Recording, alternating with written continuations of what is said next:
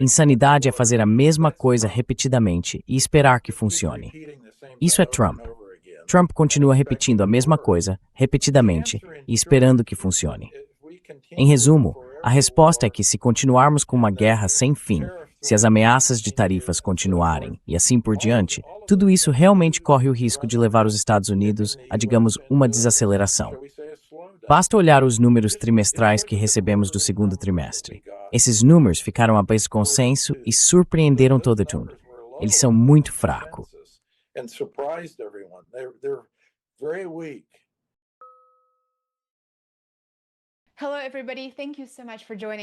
Olá a todos, muito obrigada por estarem conosco hoje. Eu sou Lena Petrova com um novo episódio de Assuntos Mundiais em Contexto. Hoje tenho o grande prazer em ter novamente um convidado extraordinário, o Dr.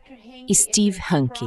O Dr. Hanke é um economista americano de destaque, autor prolífico, professor da Universidade Johns Hopkins e pesquisador sênior do Instituto Mises. Dr. Hanke, seja bem-vindo de volta. Muito obrigada por reservar um tempo para nós. É um prazer estar com você, Helena. É ótimo ter você aqui. Eu estava realmente ansioso por esta conversa, porque essa semana foi extremamente movimentada, cheia de todo tipo de notícia e, infelizmente, de notícias não tão boas. A guerra com o Irã se transformou em um grande choque econômico, devido à destruição da produção de petróleo e, claro, ao uso de gargalos marítimos, como Hormuz e Bab el-Mandeb, como instrumentos de pressão. Mas na grande mídia, não vemos praticamente nenhuma discussão sobre uma crise energética iminente. Nem nos Estados Unidos, nem na Europa. Na verdade, ninguém está falando disso. Então, apesar de os estoques de petróleo dos Estados Unidos estarem no nível mais baixo em 40 anos e continuarem sendo reduzidos neste exato momento, o governo Trump parece estar a caminho de escalar o conflito. Qual é a sua interpretação dos acontecimentos mais recentes no Oriente Médio? Sob a perspectiva econômica?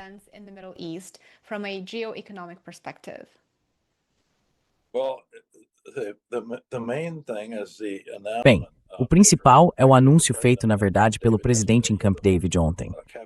Ele reuniu todo o gabinete em Camp David e parece que eles escolheram como alvos algumas instalações de petróleo e estações de energia, e vão atacar neste fim de semana. Foi isso que anunciaram, pelo menos. E a minha reação a isso é aquela famosa frase atribuída a Albert Einstein: insanidade é fazer a mesma coisa repetidamente e esperar que funcione. Então, vamos falar dessas escaladas que fizemos.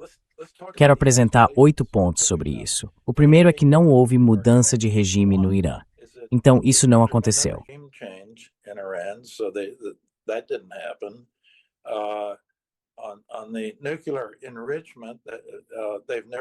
Quanto ao enriquecimento nuclear, eles nunca resolveram nada disso. Na verdade, isso estava melhor sob o antigo plano de Obama do que está agora, porque Trump, no primeiro mandato, eliminou aquilo. Então isso não foi resolvido. Não eliminamos a capacidade de mísseis balísticos de longo alcance do Irã, o ponto número 3. 4. Não eliminamos o apoio do Irã ao Hamas, ao Hezbollah e aos Houthis no Iêmen. 5. O Estreito de Hormuz estava aberto, agora está fechado. 6. Tínhamos bases no Oriente Médio e na região do Golfo. Bases militares dos Estados Unidos, quero dizer. E agora elas foram gravemente danificadas. E basicamente recuamos.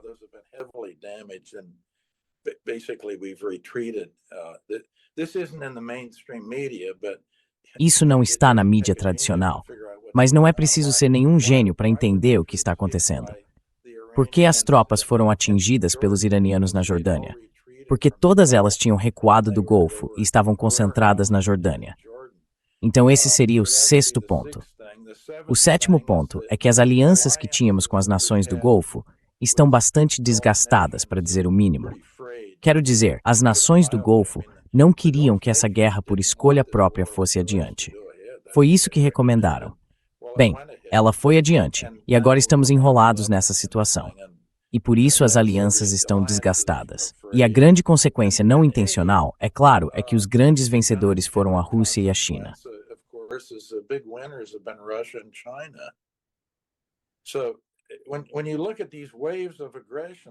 Então, quando você olha para essas ondas de agressão, elas não conseguiram nada de positivo. É tudo negativo. Acabei de apresentar 8 pontos negativos. Então, voltamos à frase com que comecei. Insanidade é fazer a mesma coisa repetidamente e esperar que funcione. Isso é Trump. Trump continua repetindo a mesma coisa, de novo e de novo, esperando que funcione. Então, esse é o resumo da situação. E acho que no que diz respeito aos mercados, não apenas ao mercado de petróleo, mas aos mercados de commodities em geral, eles têm sido complacentes demais com o que está acontecendo. Os preços subiram, aliás, mas não tanto quanto eu acho que seria justificável.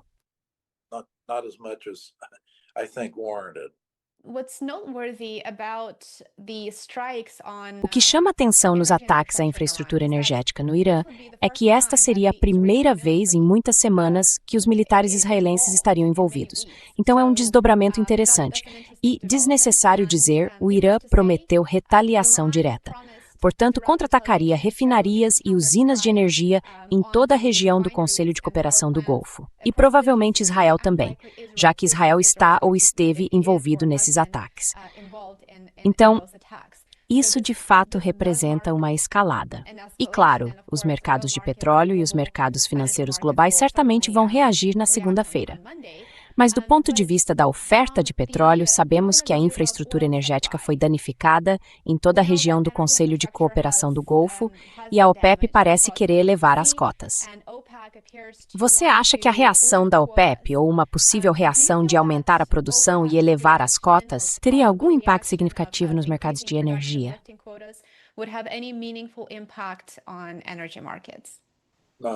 Não. Podem suspendê-las o quanto quiserem. Se não conseguem tirar o petróleo do Golfo, de que isso te serve?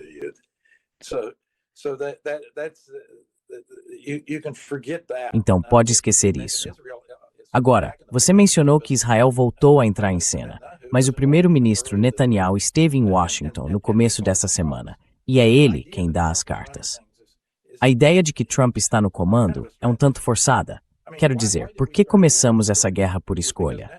Foi porque Netanyahu e os israelenses enredaram Trump e, sabe, fizeram com que ele puxasse o gatilho. Agora temos essa escalada, e na minha opinião, ela é resultado de Netanyahu soprando no ouvido de Trump e dizendo a ele o que fazer. E agora, depois de ficarem calados por algum tempo, aliás, os israelenses voltaram a se envolver abertamente. Então isso é um fator.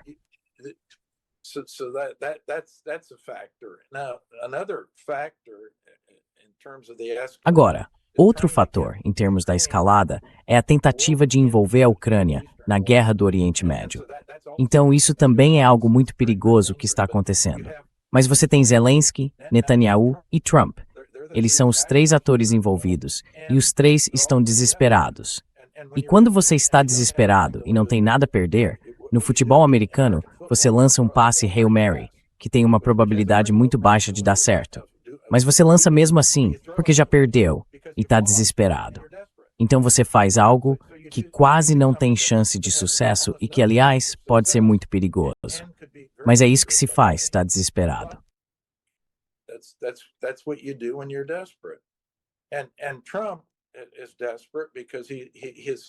E Trump está desesperado porque seus números nas pesquisas estão no fundo do poço. Eles caem para novos recordes negativos a cada semana. E a guerra é muito impopular nos Estados Unidos. Então, o que ele tem a perder? Se ele fizer alguma coisa neste fim de semana, outra onda de ataque, sabe? Talvez ele perca 1 ou 2 pontos percentuais nas pesquisas. Mas ele já está lá embaixo, muito, muito embaixo. Netanyahu, sabemos o quanto ele está desesperado. Ele está se segurando por um fio. E Zelensky é muito impopular. Claro, Zelensky sabe, ele governa um regime militar. Quero dizer, a Ucrânia não é uma democracia, então ele não precisa se preocupar com votação, pesquisas ou nada disso.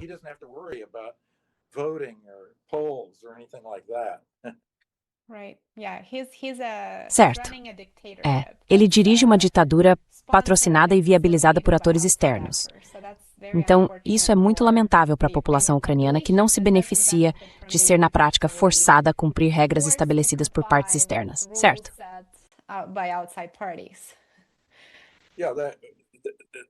É, isso é verdade.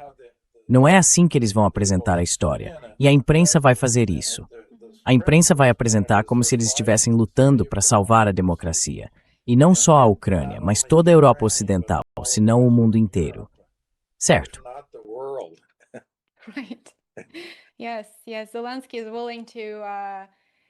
Sim, sim. Zelensky está disposto a jogar homens ucranianos nesse moedor de carne para salvar os valores europeus e a democracia. É isso que ele continua dizendo. Certo, é muito lamentável. Dr. Henke, você mencionou que os índices de aprovação de Trump estão, é claro, no nível mais baixo de todos os tempos. A guerra não era popular no começo e agora é ainda mais impopular porque a população americana está entendendo que está pagando mais por tudo. A inflação continua aumentando e há simplesmente uma incerteza política e econômica. Também vemos algumas mudanças sociais que indicam claramente descontentamento e, de fato, uma população americana claramente muito insatisfeita com as políticas do governo Trump.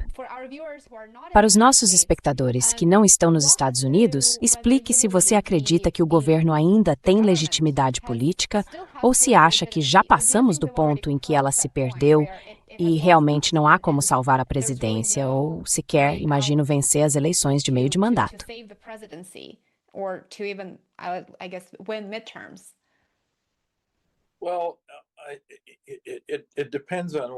Bem, depende se você está no Partido Republicano ou no Partido Democrata. Os democratas levantariam um sinal de alerta e questionariam a legitimidade. Os republicanos, em sua maioria, não fariam isso. Mesmo que esses republicanos sejam todos trumpistas do MAGA, eles ainda assim não levantariam um sinal de alerta sobre a legitimidade. Mas a legitimidade é muito importante para as instituições governamentais, ou para qualquer tipo de instituição. Se você perde sua legitimidade, realmente tem um problema enorme. E isso pode acontecer até sob uma ditadura. Aliás, ditadores prestam atenção à opinião pública, e se perdem o apoio do público, isso significa que provavelmente não terão legitimidade e terão grande dificuldade para governar. Aliás, um dos professores disse isso muitos anos atrás, Kenneth E. Boulding, famoso economista americano. Kenneth E. Boulding, famous American economist, he was a professor at the University of Colorado. Ele foi professor na Universidade do Colorado. Escreveu bastante sobre essa questão da legitimidade. Então, se os seus espectadores estiverem realmente interessados, procurem Kenneth E. Boulding, professor Henke, ex-professor, e também presidente da Associação Econômica Americana. E, aliás, um pioneiro na pesquisa sobre a paz. Ele foi um dos pioneiros da pesquisa sobre a paz, mas também um economista de grande peso, um grande homem. E escreveu muito sobre legitimidade e sobre a importância dela. Então, a sua pergunta é importante. Não acho que tenhamos, por assim dizer, passado do ponto sem retorno em relação à legitimidade. Mas há preocupações suficientes para que as pessoas façam perguntas sobre isso. Normalmente, ninguém faria essa pergunta. As pessoas simplesmente seguiriam com suas vidas. Mas agora estamos fazendo perguntas sobre isso, o que por si só indica que provavelmente há um problema.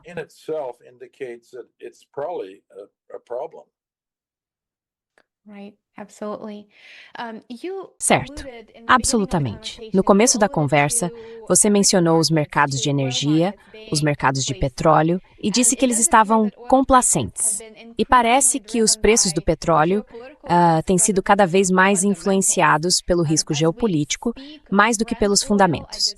Neste momento, acabei de conferir há alguns minutos, o petróleo Brent está em torno de $84 por barril e o WTI está sendo negociado a $87. A possibilidade de o petróleo chegar a $200 por barril foi, claro, amplamente discutida por muitos analistas, como Goldman Sachs, por exemplo, mas isso ainda não aconteceu. Então, o que tem mantido os preços relativamente limitados abaixo de $100 por barril e uma alta de preços, uma alta considerável, ainda é uma possibilidade?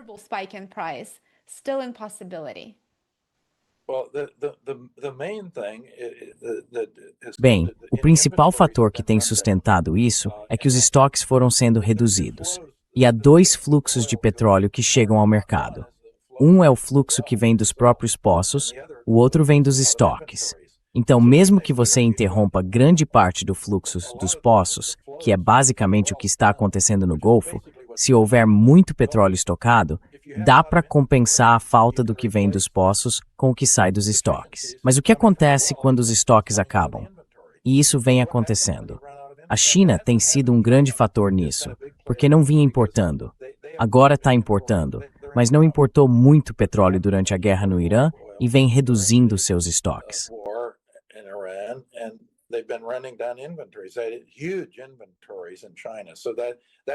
Eles tinham enormes estoques na China, então esse foi um dos fatores. Nós também temos a reserva estratégica de petróleo nos Estados Unidos. Isso é um estoque. Nós viemos reduzindo esse estoque e agora ele está no nível mais baixo desde 1983. E os estoques privados também vêm caindo. Essas reduções nos estoques cobrem o déficit entre o consumo e a produção que sai dos poços. Há um déficit, e ele é coberto pela redução dos estoques. Mas se os estoques acabarem, o déficit vira escassez. E aí há um salto no preço, porque não existe alternativa.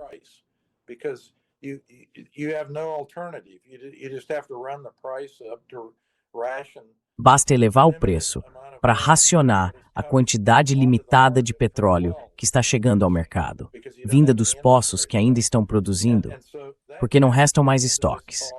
E é daí que vem essa conversa de $200 o barril e coisas desse tipo.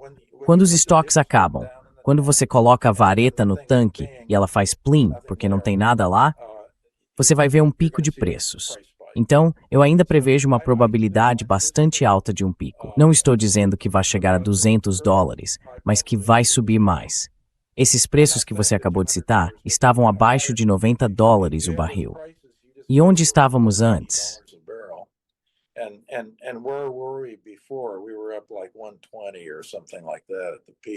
Chegamos a $120, ou algo assim, no pico. Então, eu não ficaria surpreso se voltássemos a ver esses preços. E veremos preços mais altos da gasolina nos postos. Eles já voltaram a passar de $4 por galão. E isso é algo de que a pessoa comum nos Estados Unidos está ciente, porque afinal, você precisa abastecer o carro talvez 2 vezes por semana. E você percebe, sabe muito bem, quanto está custando para encher o tanque? Se está custando muito mais, isso fica marcado para você e é algo negativo. É um sinal de reprovação para Trump, é um sinal de reprovação para a escalada da guerra e esse tipo de coisa.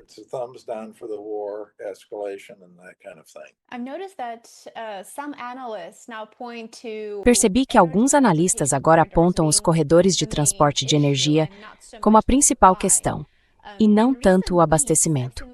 Nas últimas semanas, vi vários relatórios indicando que diversos estados do Golfo estão acelerando projetos de oleodutos para reduzir sua dependência do Estreito de Hormuz e, claro, consequentemente, tirar do Irã sua principal influência, que é o Estreito de Hormuz e o tráfego marítimo por esse estreito. Há vários grandes projetos em andamento neste momento. Há o oleoduto leste-oeste, na Arábia Saudita, há um segundo oleoduto de Fujairah, nos Emirados Árabes Unidos, o oleoduto Irã-Jordânia, de Basra a Aqaba, e o oleoduto Irã-Turquia.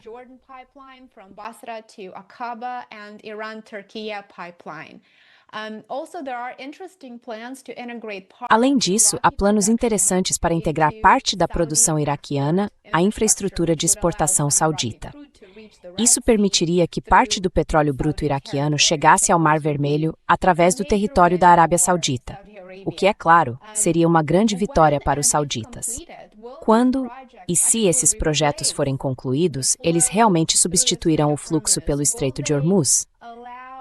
Eles permitirão que os atores globais que vão investir e que já estão investindo nesses projetos e os estados do Conselho de Cooperação do Golfo envolvidos neles substituam de fato o Estreito de Hormuz e afetem a capacidade do Irã de usá-lo como instrumento de pressão daqui para frente.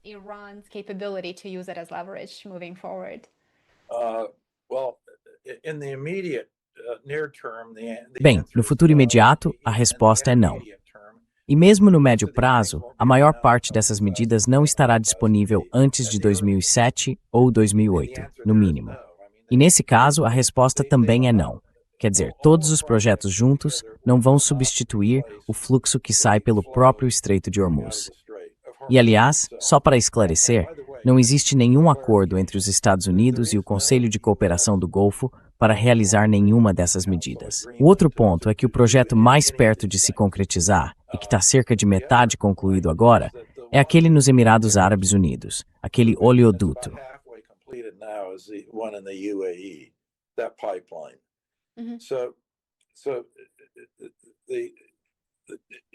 Então, ao que parece, os oleodutos, tudo isso talvez chegasse, digamos, a 40% ou 50% do que vinha passando pelo Estreito de Hormuz.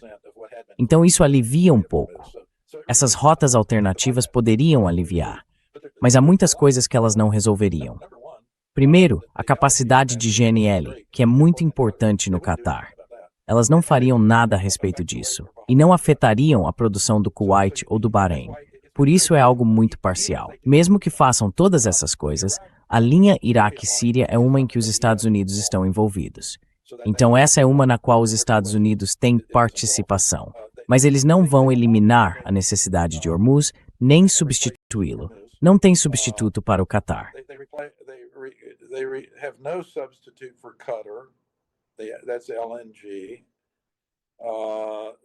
Isso é GNL.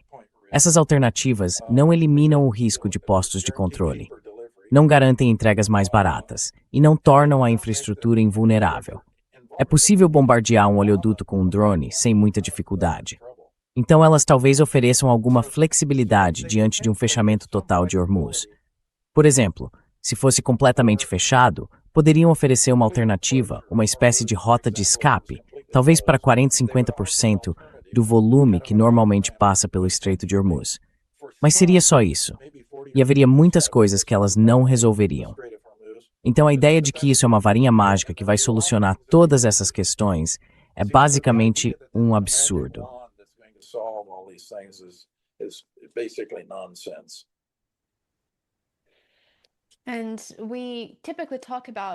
E normalmente falamos do Estreito de Hormuz, mas o Estreito de Bab el-Mandeb também se tornou um grande ponto de pressão para o transporte marítimo global.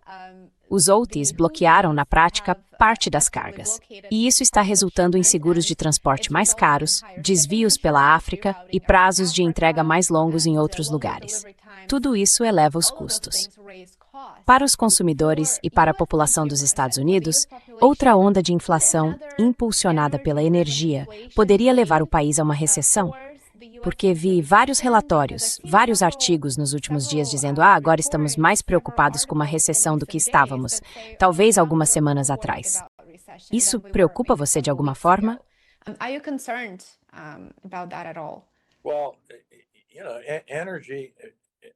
Bem, sabe, a inflação dos preços da energia, aliás, não é inflação geral, é o preço da energia subindo em relação a todo o resto. Então, sim, isso é uma preocupação. E também é uma coisa sobre a qual não falamos com esses desvios e tudo mais, os navios de carga. Você não envia cargas por oleodutos, nem chegamos a contabilizar isso. Há todo tipo de produto saindo do Golfo ou sendo transportado pelo Mar Vermelho. Essa ligação entre o Oceano Índico e o Mediterrâneo, que passa pelo Estreito de Bab el-Mandeb, pelo Mar Vermelho e pelo Canal de Suez. Tudo isso é necessário para as cargas.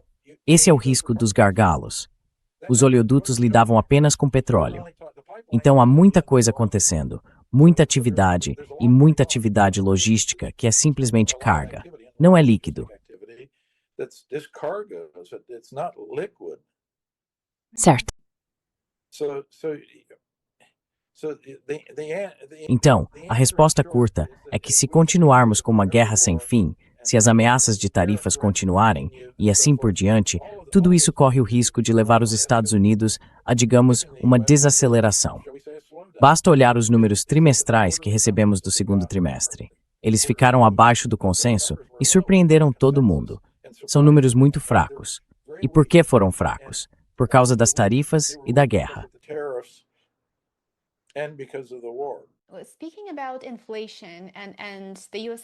Falando sobre a inflação e a economia dos Estados Unidos, a inflação de hoje é mais um fenômeno monetário ou é puramente um fenômeno geopolítico? E o que você acha das recentes decisões de política do Fed, do Kevin Warsh? Se tivesse que fazer uma avaliação, qual seria?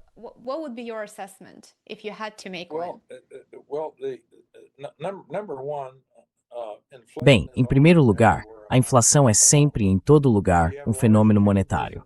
Se houver grandes mudanças na oferta de moeda, se a oferta de moeda aumentar significativamente, com alguma defasagem, você terá aumento nos preços dos ativos e no PIB nominal. E o PIB nominal tem dois componentes: a taxa real de crescimento da economia, ou seja, se a economia está em expansão ou em recessão. Esse é o componente real.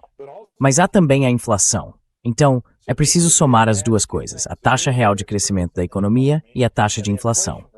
Se você somar essas duas porcentagens, terá a variação percentual do PIB nominal. E são as mudanças na oferta de moeda que impulsionam o PIB nominal. Isso significa que as mudanças na oferta de moeda, obviamente, vão impulsionar a taxa de inflação. E, de certa forma,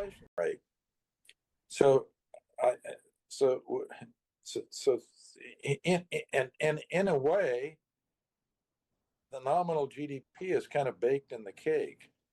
o PIB nominal já está, de certa forma, definido, porque ele ocorre com defasagem depois de grandes mudanças na oferta de moeda. Então, agora, o que está movendo as coisas? O que está movendo as coisas é o que vem acontecendo com a taxa de crescimento da oferta de moeda, digamos, nos últimos 18 meses. Então, o que aconteceu 18 meses atrás está afetando o que acontece hoje com o PIB nominal e, principalmente, com a inflação. E acho que o gênio da inflação saiu da garrafa e não vai voltar para dentro. Preste atenção.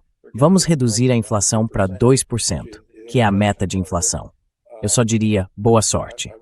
Vocês não vão conseguir fazer isso tão cedo, porque a oferta de moeda vem acelerando nos últimos 18 meses. E o maior componente desse crescimento são os empréstimos dos bancos comerciais.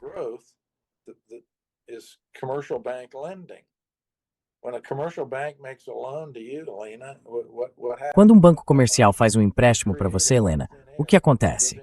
Esse dinheiro, que é criado do nada, vai para sua conta corrente. As contas correntes fazem parte do que é medido pelo indicador de oferta monetária, o M2. Elas estão incluídas nisso.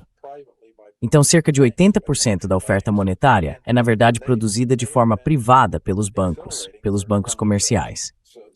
E eles vêm acelerando o crescimento dos empréstimos, o que tem mantido liquidez no sistema. A oferta monetária está subindo, e aos bancos comerciais se juntou o Fed. O Fed produz outra pequena parcela. Não é uma parcela grande, mas é uma parcela pequena e significativa. E a contribuição do Fed para a oferta monetária vem crescendo. Agora você pergunta, bom, como Warsh se saiu na segunda entrevista coletiva? Ele não foi muito bem, porque logo depois da coletiva, o rendimento dos títulos de 10 anos subiu.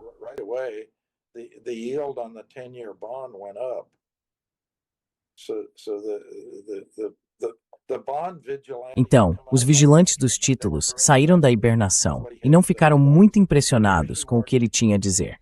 Eles acharam que foi algo vago, sem conteúdo, por assim dizer. E durante a coletiva de imprensa dele, o rendimento dos títulos de 10 anos não fez praticamente nada. Oscilou um pouquinho e, quando a coletiva terminou, começou a subir. E agora, o rendimento de 10 anos está em alta. Vamos ver enquanto fechou na sexta-feira. Está no nível mais alto em bastante tempo. Só um minuto. E para todo mundo que está ouvindo, a taxa de hipoteca está alta, mas ela se baseia nos títulos de 10 anos. Os títulos de 10 anos estamos em quase 4,8. Está em 4,745. Então, fechou na máxima. Na sexta-feira, fechou na máxima. Está no nível mais alto dos últimos 6 meses, o mais alto do último ano.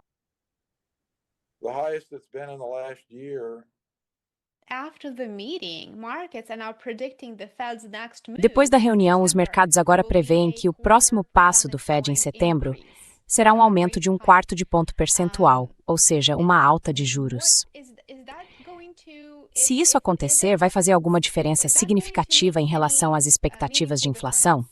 E como isso vai afetar, na prática, nós, consumidores? Porque vemos que muitas pessoas estão tendo dificuldades com juros dos cartões de crédito. E acho que 1 em cada 4 americanos está, de fato, tendo dificuldade para pagar supermercado e gasolina. O Guardian noticiou isso provavelmente há cerca de um mês. Então, agora que se espera que o Fed eleve os juros e vemos a guerra no Irã continuar, realmente sem nenhum fim à vista, o memorando de entendimento está efetivamente morto neste momento. O que vocês, como consumidores, e na verdade as pessoas no mundo todo, porque tantas economias emergentes são afetadas pela alta dos preços da energia, devem esperar de...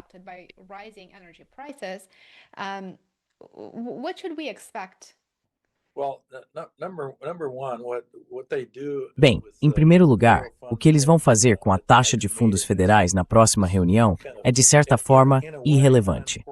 Política monetária não diz respeito a mudanças na taxa de juros, isto é, na taxa que o Banco Central controla, a taxa de fundos do Fed. É uma taxa de um dia para o outro. Política monetária diz respeito a mudanças na oferta de moeda, não às taxas de juros. Agora, olhando por esse lado, se a oferta de moeda está aumentando e o gênio da inflação saiu da garrafa, o que isso significa? Significa que os rendimentos acompanham a inflação. Então, se a inflação continuar alta, os rendimentos continuarão altos. E isso quer dizer que as taxas de hipoteca continuarão altas, as taxas dos cartões de crédito continuarão altas. E é isso que estamos observando. Então, a sequência é crescimento da oferta de moeda, com uma grande defasagem, a inflação aumenta e, depois, os rendimentos dos títulos sobem. Portanto, a taxa de juros que se deve observar é a do título do governo dos Estados Unidos de 10 anos, porque é ela que determina as taxas de hipoteca.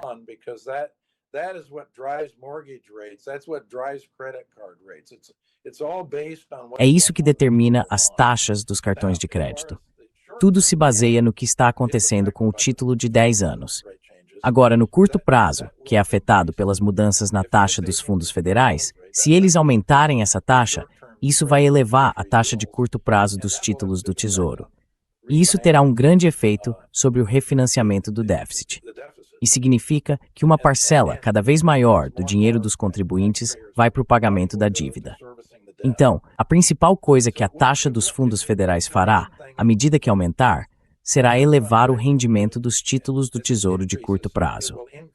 E agora, uma grande parte do déficit federal está sendo financiada com títulos do Tesouro de curto prazo.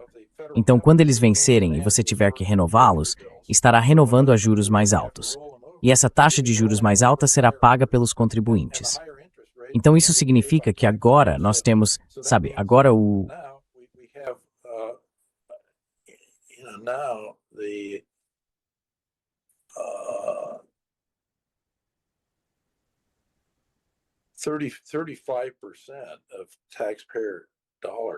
35% do dinheiro dos contribuintes vai para o serviço da dívida. Então, isso só vai aumentar. Dos impostos de renda pagos por pessoas físicas, cerca de 35% agora vai para o serviço da dívida. É uma quantia enorme. E, aliás, o Escritório de Orçamento do Congresso indica que isso vai subir. Se o déficit continuar como está, e com a previsão de taxas de juros do Escritório de Orçamento do Congresso, isso chegará a 50%. Então, metade dos impostos de renda de pessoas físicas que vão para o governo será paga apenas para o serviço da dívida. Esse dinheiro, portanto, não vai para transferências de renda nem para pagamentos por bens e serviços do governo.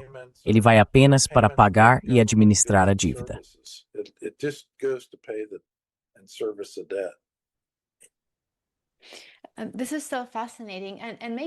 Isso é muito fascinante.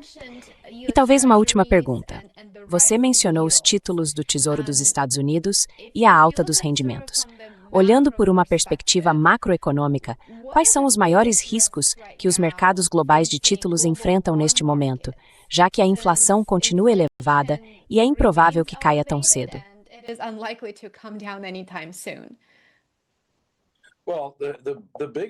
Bem, o maior risco é o déficit. Os governos estão gastando muito mais do que arrecadam. Então, há um déficit. Agora estamos em guerra e eles continuam indo ao Capitólio quase toda semana pedir mais 100 bilhões de dólares ou algo assim. E o que isso faz? Aumenta o déficit. E isso assusta o mercado de títulos, porque eles sabem que o governo vai ser obrigado a emitir cada vez mais títulos do Tesouro para financiar o déficit. E basicamente estão dizendo ao Tesouro, tudo bem, nós compramos, mas vocês têm que nos pagar mais juros, porque há o risco de vocês terem um déficit ainda maior. E há também o risco de o Fed começar a monetizar parte desses gastos deficitários e desse financiamento pelo Tesouro. E isso vai causar mais inflação. A inflação não vai embora. Então queremos ser pagos pelo risco que estamos assumindo. So we want to get paid for the risk we're taking. Right. Certo. Parece que a guerra no Irã causou mais danos à economia global e também à economia dos Estados Unidos do que o governo Trump conseguiu causar ao Irã. O Irã é muito resiliente e provou ser capaz de resistir e suportar punições significativas. E está pronto para lutar, apesar das perdas. O governo Trump está perto de entender isso? Ou está ciente de que os custos econômicos dessa guerra são muito maiores do que quaisquer benefícios que possa obter ao seguir adiante e bombardear mais, bombardeando infraestrutura, como você mencionou no início deste vídeo? Você acha que estamos chegando ao ponto em que isso está ficando claro? Ou ainda há espaço para manobrar e, de certa forma, distorcer as consequências econômicas que essas ações militares tiveram sobre a economia dos Estados Unidos, sobre os consumidores americanos e também sobre a economia global? US consumers as well as on the global economy. Well, Bem, eu acho que o governo, Trump, tem que estar ciente de que os custos são enormes. Mas a questão é, por que ele começou a guerra?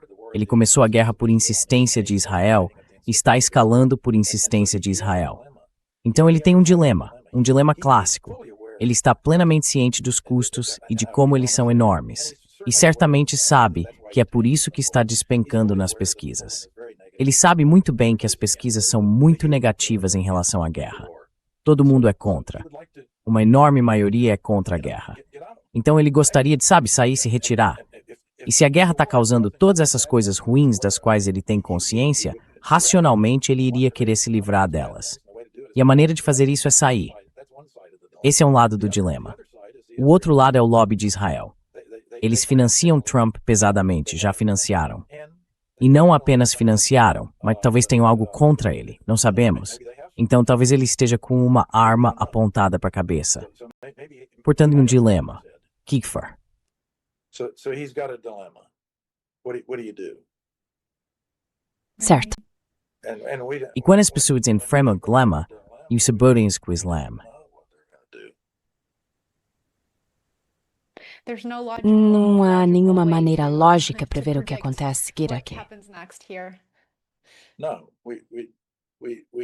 Não, não podemos prever. Mas voltamos ao ponto de partida, e isso é insanidade, fazer a mesma coisa repetidamente e esperar que funcione. Então parece que é esse o dilema que resta ao presidente.